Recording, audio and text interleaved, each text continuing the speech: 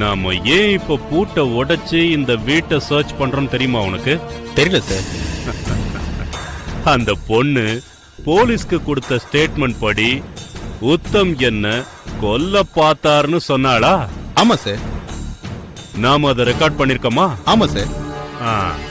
உத்தம் கிட்ட விசாரிச்சா அவன் வேற கதை சொல்றானா? ஆமா சார். அதனால டவுட் வந்து நாம இந்த பொண்ணு வீட்டு அட்ரஸ கண்டுபிடிச்சு வீட்டுக்கு வந்தா அவங்க சைடுல யாரையுமே காணும். சோ பூட்டை உடைச்சு வீட்டை சர்ச் பண்ணோம். உள்ள உத்தம் அந்த பொண்ணுக்கு எழுதின லவ் லெட்டர்ஸ் கிடைச்சது. எப்படி? நல்லாதான் இருக்கு சார். ஆனா என்னையா ஆனா?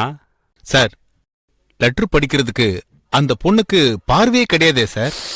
ஓ,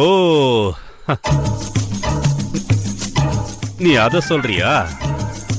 இது என்னன்னு புரியுதா? தொட்டு பாரு. என்ன சார் இது? புள்ளி புள்ளியா ஊசியில குத்துன மாதிரி இருக்கு. அதுதான் பிரெயில் லெட்டர். கண்ணு தெரியாதவங்க இத தொட்டு பார்த்து படிக்கலாம். அந்த உத்தம் பிரெயில் முறையில மீனாட்சிக்கு லெட்டர்ஸ் அனுப்பியிருக்கான். நமக்கும் கையெழுத்து வெரிஃபிகேஷன் கன்றாவி எல்லாம் இல்ல. எப்படி?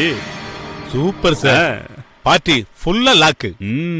அது நீ இந்த லெட்டரை ஏதாவது புக்லயோ டைரியிலயோ சொருகி வை. Okay sir.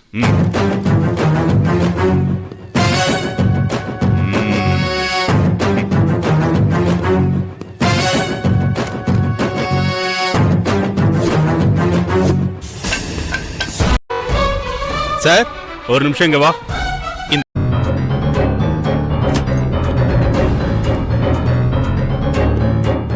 சார், உட்காரியா? சார், அங்க பாரு.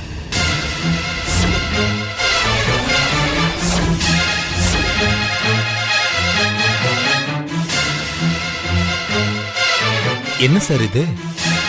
டெட் பாடி மாதிரி தெரியுது. போய் வெளியே அடி.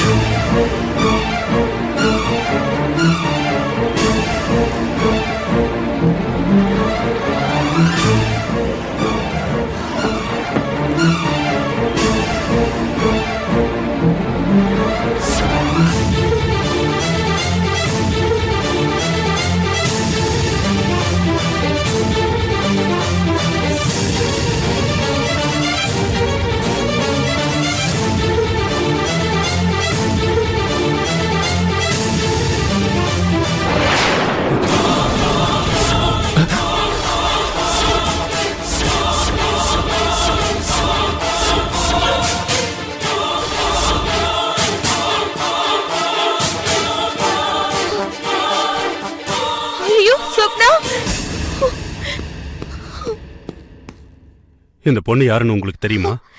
நீங்க கேட்டீங்கல்ல, மீனாட்சி, அவளோட அண்ணி சார் இவ. அப்படியா?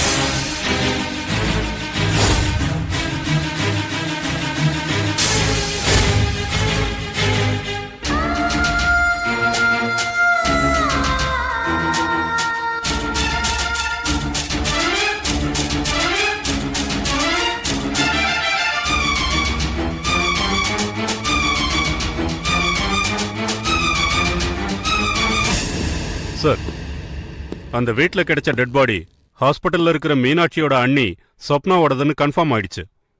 வயிற்று பகுதியில கத்தியால குத்தி கொலை பண்ணிருக்காங்க. எஸ் சார், உத்தமோட வீட்டுக்குள்ளதான் டெட் பாடி கிடைச்சது சார். டாக்டர் வந்து ஸ்பாட் போஸ்ட்மார்ட்டம் பண்ணாரு. தலையில அடிபட்டதால செத்து இருக்கிறதா டாக்டர் சொல்றாரு. உத்தம் இந்த கொலையை பண்ணிருப்பானு சந்தேகப்பட்டு அவன் வீட்டை செக் பண்ணலான்னு வந்தா இங்க சொப்னாவோட அண்ணன் ஹரிதேவோட டெட் பாடி கிடைச்சிருக்கு சார்.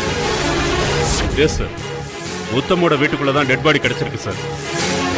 ஜாமீன்ல வந்திருக்கிற உத்தமையும் அவன் தங்கச்சி ராதிகாவையும் மறுபடியும் அரெஸ்ட் பண்ண வேண்டியதான் சார். ஓகே ஓகே, சரி சார். நீங்க சொல்ற மாதிரி கேஸை இன்னும் கொஞ்சம் டெவலப் பண்ணி பக்காவா ஒரு பொசிஷனுக்கு வந்ததுக்கு அப்புறம் அரெஸ்ட் பண்றேன் sir. Okay sir, thank you sir. Uttam, சித்தப்பா, ராதிகா, சித்தப்பா, நீங்க 2 பேரும் ஒன்னும் கவலைப்பட வேண்டாம். நான் இருக்கேன். இந்த விஷயத்துக்கு வேற ஏற்பாடு பண்ணிட்டு வந்துடுறேன். சித்தப்பா,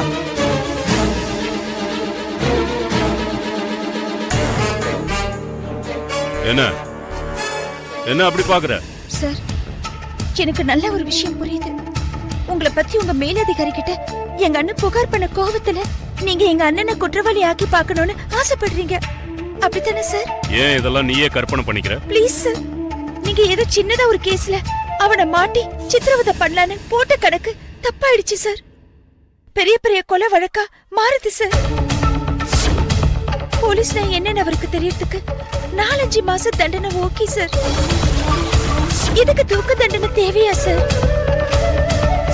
என்ன உங்க தங்கச்சி மாதிரி நினைச்சுக்கோங்க சார். ப்ளீஸ் இந்த விஷயத்தை இதோட விட்டுருங்க. என் அண்ணனை வேணா உங்க கால்ல விட சொல்றேன். Please sir, please sir.